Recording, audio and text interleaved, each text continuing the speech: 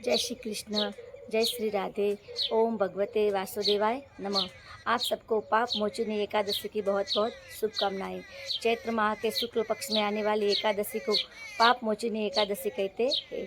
यह साल की आखिरी एकादशी है। यह एकादशी करने पर मनुष्य के जाने अनजाने में किए गए पापों का क्षय होता है और मनुष्य को पाप से मुक्ति मिलती है। यह एकादशी करने पर मनुष्य को चार धाम यात्रा से जो पुण्य फल की प्राप्ति होती है, यह पाप मोचनी एकादशी के व्रत करने पर होती है। सभी मनुष्य को पाप मोचनी एकादशी का व्रत अवश्य करना चाहिए, साथ ही उसकी कथा भी सुननी चाहिए जो इस प्रकार से है। एक समय की बात है। मेघावी नाम के ऋषि परम शिव भक्त थे। वो भगवान शिव को प्रसन्न करने के लिए उनकी तपस्या करने के लिए जंगल में गए और कई सालों तक उनकी तपस्या करते रहे। मेघावी ऋषि की तपस्या को देखकर इंद्र का सिंहासन डोलने लगा। यह देखकर देवराज इंद्र घबरा गए। उन्होंने उनकी तपस्या भंग करने के लिए स्वर्ग से एक अप्सरा मंजू घोषा को आदेश दिया कि मंजू घोषा, तुम पृथ्वी पर जाओ और मेघावी ऋषि जो तपस्या कर रहे हैं उनकी तपस्या भंग कर दो। इंद्र का आदेश पाकर अप्सरा मंजू घोषा पृथ्वी पर आई और उसने मेघावी ऋषि की तपस्या को भंग कर दिया। ऋषि भी अप्सरा के रूप में मोहित हो गए और कई सालों तक वो अपनी तपस्या से वंचित रहे।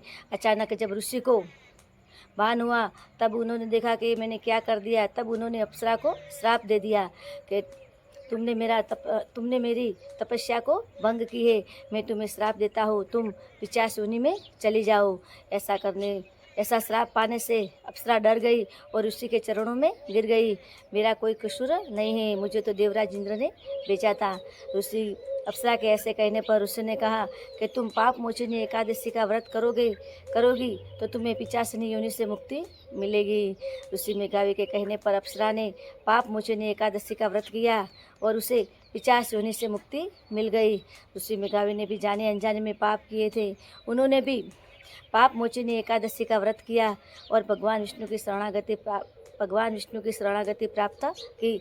तो सभी को पाप मोचनी एकादशी का व्रत अवश्य करना चाहिए, जिसे करने पर मनुष्य ने जाने अनजाने में किए हुए सभी पापों का नाश होता है। एकादशी के दिन झूठ न बोले, किसी का बुरा न सोचे, जो बन पड़े दान पुण्य करे, पूरे दिन भगवत श्रवण करते रहे, ओम नमो भगवते वासुदेवाय का जाप करे, ओम नमः कृष्णाय का जाप करे, ओम नमः रामाय का जाप करे। ऐसा करने से हमें भगवान की कृपा प्राप्त होती है।